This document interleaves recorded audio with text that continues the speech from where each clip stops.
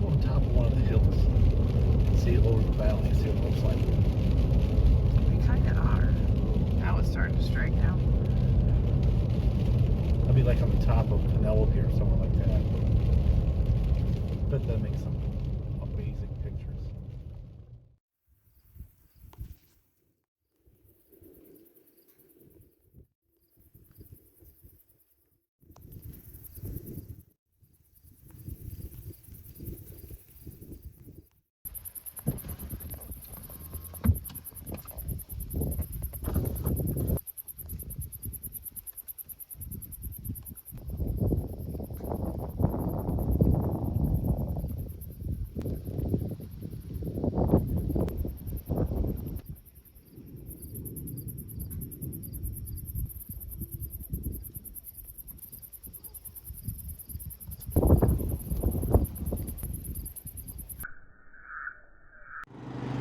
Well, what could have been a disaster is turning out to be a heyday. Got rained on, but we were able to get it pretty dry. Flipped it a bunch of times with a rake. I wanted to ted it, but the guy buying it didn't really want to ted it, and he's got elbow grease in it in the sense that he's running the rake, and if I tedded it out, he'd have to put a whole bunch more rake time in. Now he's hauling 18 per load, and at the rate we're going, I've already got over 50 down. He's going to have about 110, 120 bales out of this.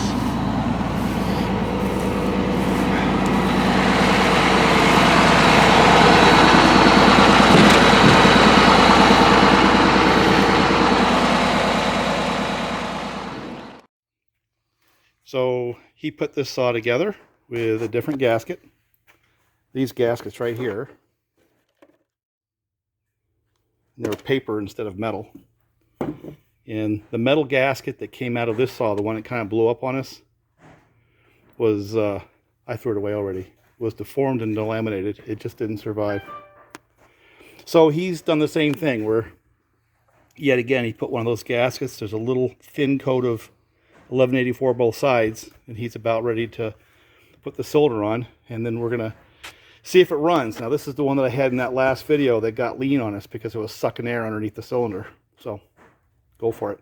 We also put a little extra on the outer walls and at the thin point of the cylinder. Because that's where they were failing, right? Yeah, both times. So I just built a little bit extra up on each side, so hopefully when it comes it'll seal not just on the flat surface but all on the sides. Which means what I really should be doing on those is putting those cylinders on a lathe, right? So the bottoms are actually flat. I don't know if it's about that. It's just a very small sidewall. Thin sidewall. Okay. So just accounting for that, and it seems to work so far.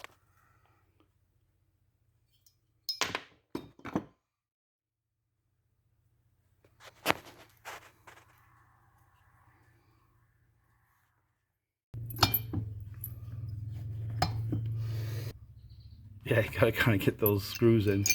I don't think they drop in from the top. You have to sort of... This one does. These two in the front do. These two in the back don't. Okay. So you can get these ones here.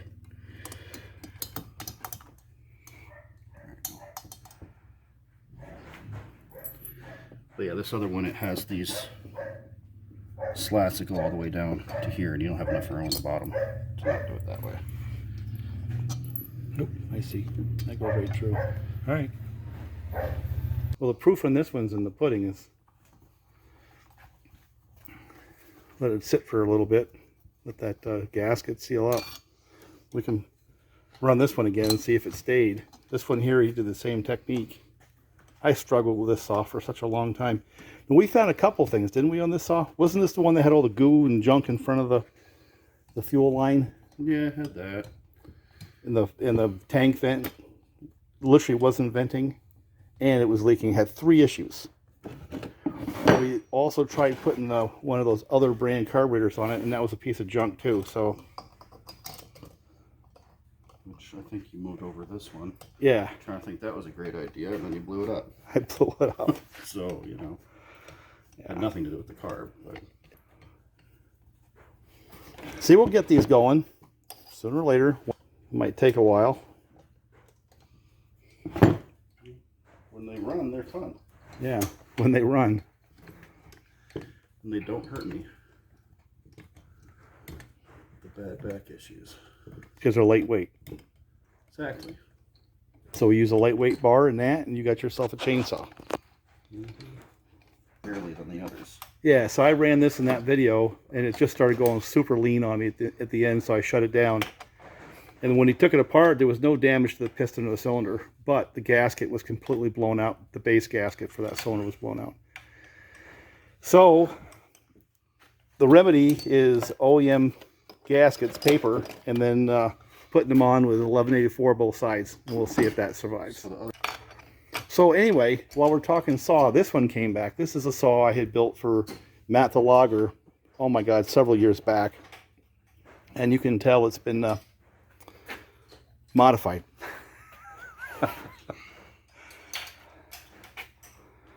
Wow. And it came back because it was not getting RPMs. So I wish I had taken a picture of it when I first opened up, but basically the air box is packed. It's completely packed with junk and dust and dirt. And this guy right here, you can see the remnants of it was folded in, so it only had about half its cross-sectional area on the exhaust, and it was a plugged air filter, and it was only getting about 11,000 RPMs, no load. So his note was, it's running doggy. It's running like it's rich. Well, it was running rich. Couldn't get any air, and it couldn't get rid of air. So blew out the air box and air filter, and took a screwdriver and stuck that in there, and put it on the tachometer, and next thing you know, we're back to 12.8. Now I'm tempted, because I could run these at like 13, but that little exhaust with that larger diameter cylinder, that cylinder is an XPW cylinder. It's a 51.4 millimeter cylinder. So really, to get the RPMs, I do have to have a larger outlet on that pipe. But I was trying to build a reliable saw with torque, and it worked, and he loves it. And this is like year 6, I think, 5 or 6. So you just showed me how to put that cylinder on without pulling apart anything except for the muffler. No, I took the two off the side of the handle, and I took the one off the top, and now it's flexible. I got you. Yeah. Comes right out of the way. Why work harder? You can work smarter. Well, I don't know. We'll see if it runs. I was gonna say, but what do I know? I'm not a chainsaw guy. I'm just, having fun. No, that's how we learn, right? Mm-hmm. I'm kind of, this one has, we let this dry for a little bit, so I'm kind of curious if it stays, it keeps it sealed.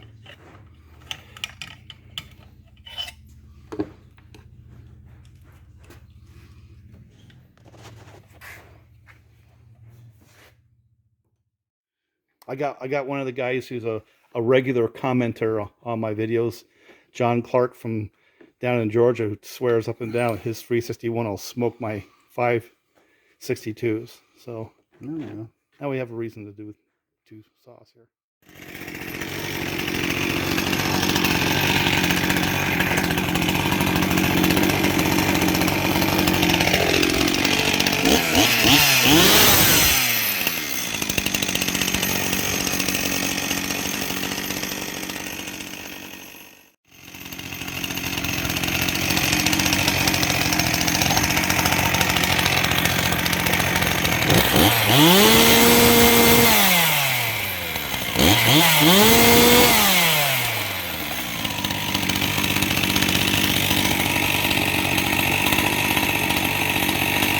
Real lean.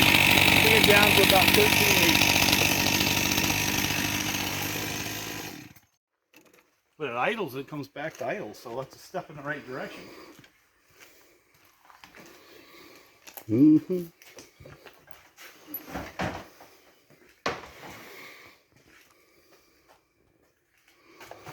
But that's also one of those,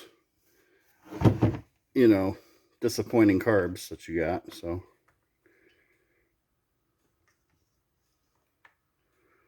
Guess we'll see how it works.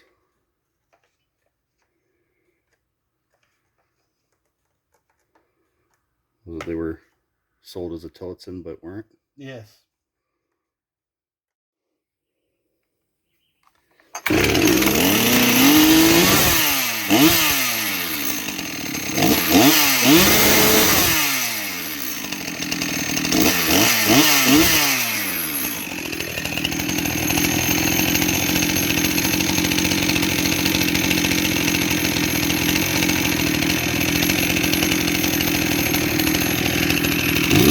Yeah,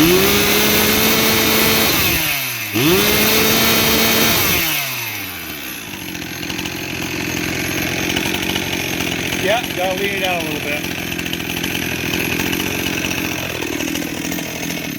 So I went the wrong way on the tune because it was empty. I go right back to where it was.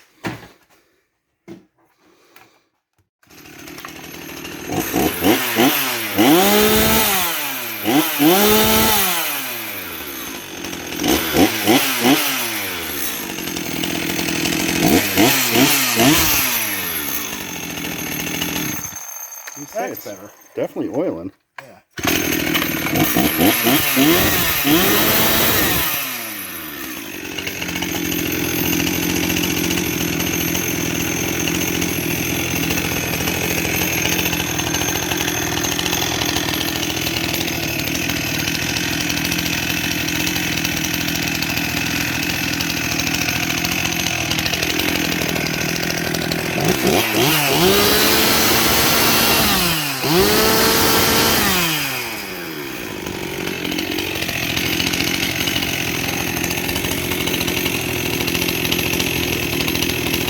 That's about good.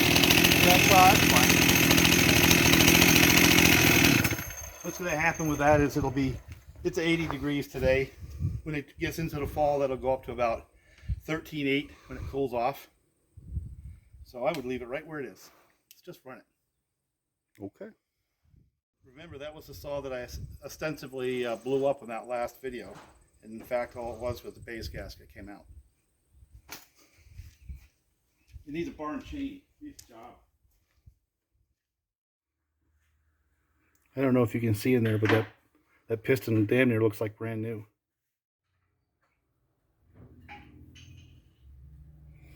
Now this is that original edition style 372 low top that I built with a 51.4 372 XPW top end for Matt, and he's been using it for like a block and saw for years. This has got a few years on it now. It's been beat up pretty bad, but that top end, that's an OEM top end. It looks like brand new inside. It hasn't shown any sign of wear at all.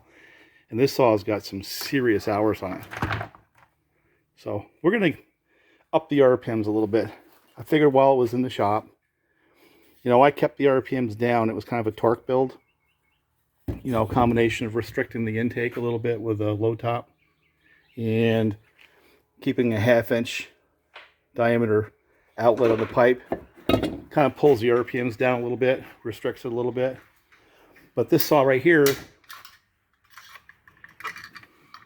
got a little bit larger outlet. It had a lot greater ability to pull in air from the intake side and made more RPMs and more power. But I think because we saw that muffler get crunched, that means it's going to get crunched again. So let's start with a little bit larger outlet. It's not going to hurt anything having too big an outlet. And maybe it'll pick a little more RPMs up too. So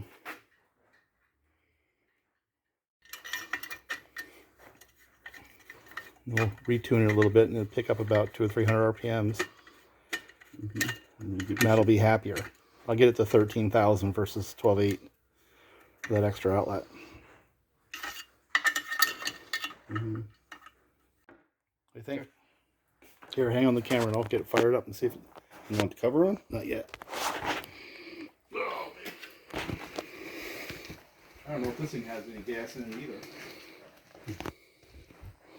Careful, we're already on saw 3 in like 2 hours. I know.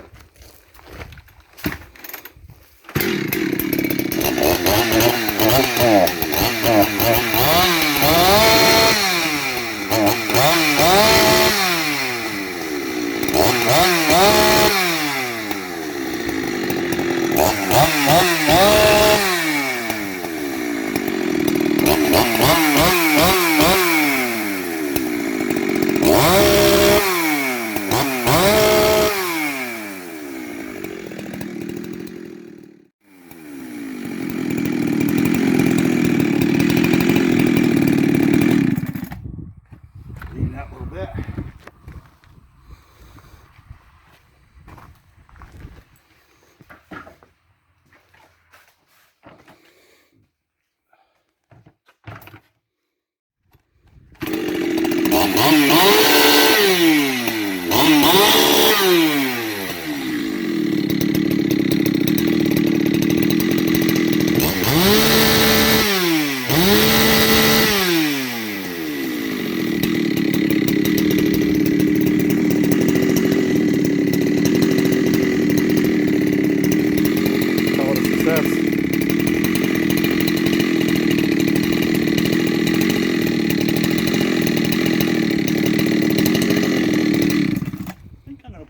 it back in. I don't want it over 13,000. It's the XPW top end. So, because what'll happen is if I set it 13.3 now, come fall when the temperatures drop, it's going to be up like 13.7. That's too much. It's a big heavy piston. So you want to keep those heavier pistons like the X-Torques and the 51.4s and the other big bores. You want to keep them under 13,000 on a stock bottom end. So let me go put that fuel right back into it and leave it. It's good enough.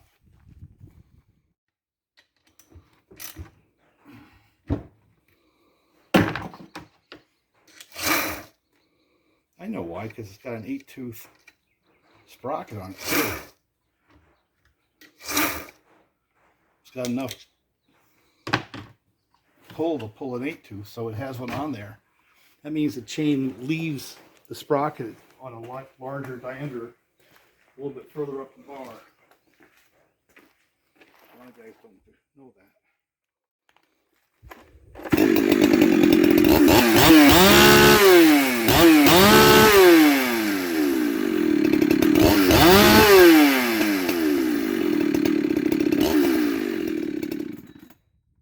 Have enough strength.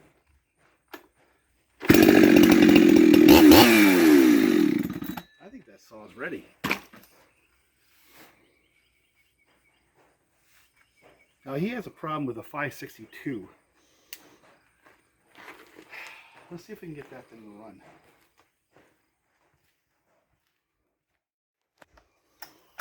This will start.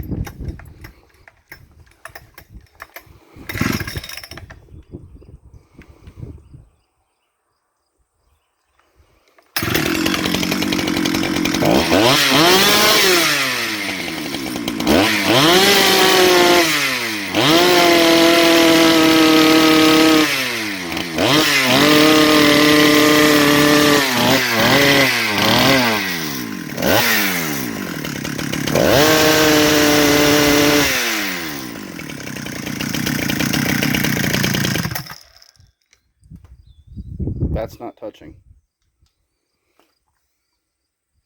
That's all the way through though. Right, but that's not what's grounding you out and causing your problem. You know, I wonder if it's a fuel supply problem. The diaphragms in that carburetor are brand new. Let's take a look at the fuel filter. It may not be touching, but I wouldn't be surprised if it's arcing.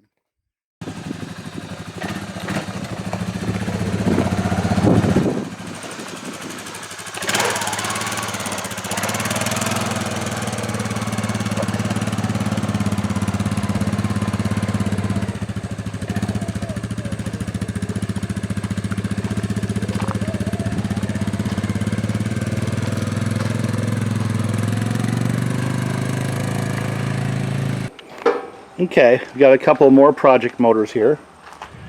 Both 25 horse Evinrudes, and this is courtesy of the Barretts from kind of at the end of Oneida Lake, and we're grateful for these. And we're going to go through and do some just basic tests on this one right here to see if we can turn it into a running power head. While he's getting his workshop set up, he pulled out these steels. That's going to be a project. Just finished getting that 372 running, and he got that 180 to fire, and then we got the ms361 sorted out. That'll be a video probably of them running, because I'm not sure how many people care about kit saws. This one here is a mystery. We can't get it to rev out, and I think it has a carb bypass for a rev limiter, and I think that spring is too loose. I think we have to plug it up, get rid of the carburetor rev limiting feature on that saw. So anyway, for what we're going to do right now is just do basic spark and compression, and I guess we're testing three things. One, does the starter motor work? And two, do we have spark? And three, do we have compression?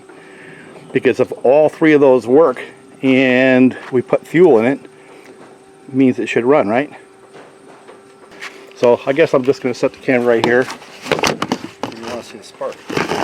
You just have to call it out, or you can hold the camera. How about that? How about you do that? And it's your can positive to the motor. All right. You see it?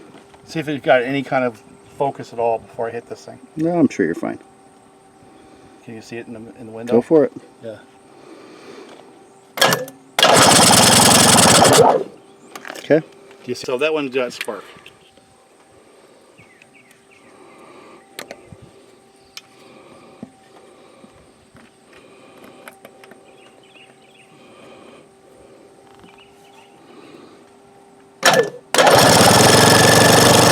I'm going to say that's spark. You got spark on both of them. So what we figured out is we have spark on both plugs, or both coils, which means both set of points. We'll probably have to touch the points up at some point. And we have a working starter motor. Now we have to test compression.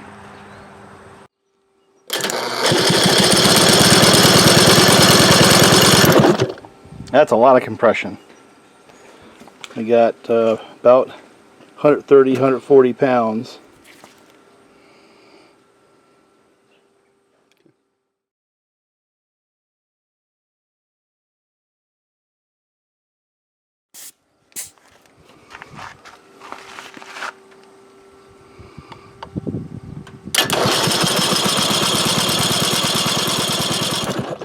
Plenty.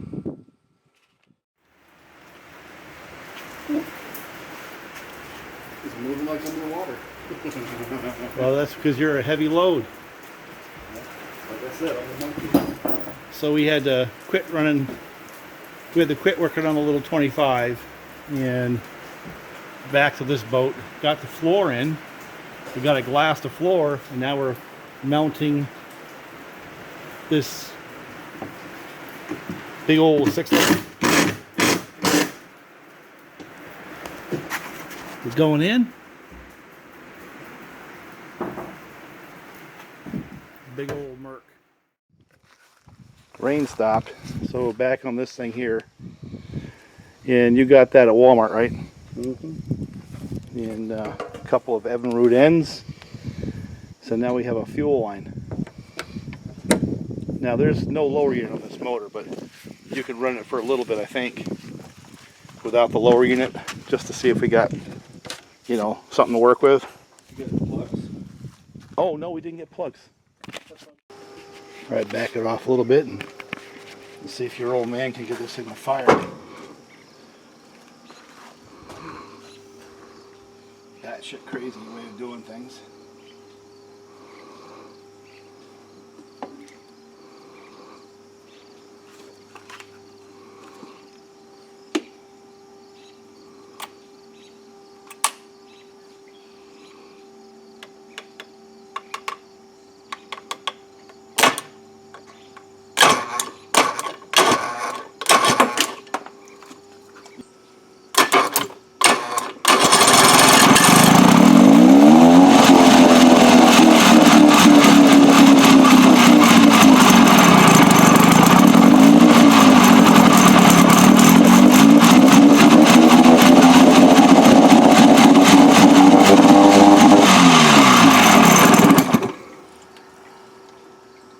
Say it runs, but I think we need a lower unit. Yeah.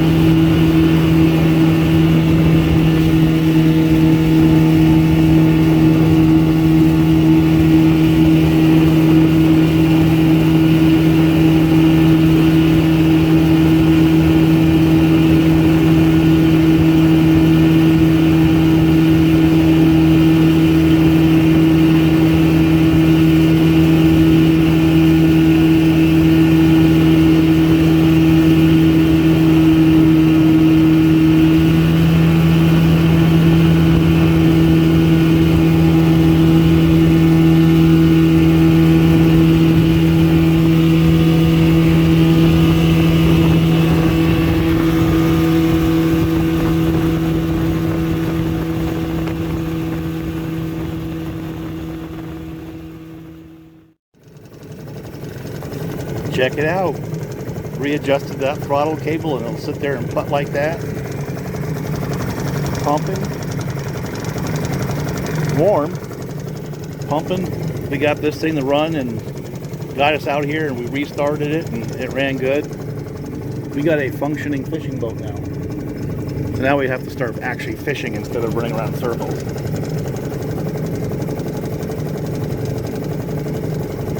That's my get me home motor. When this one breaks, this one gets you home.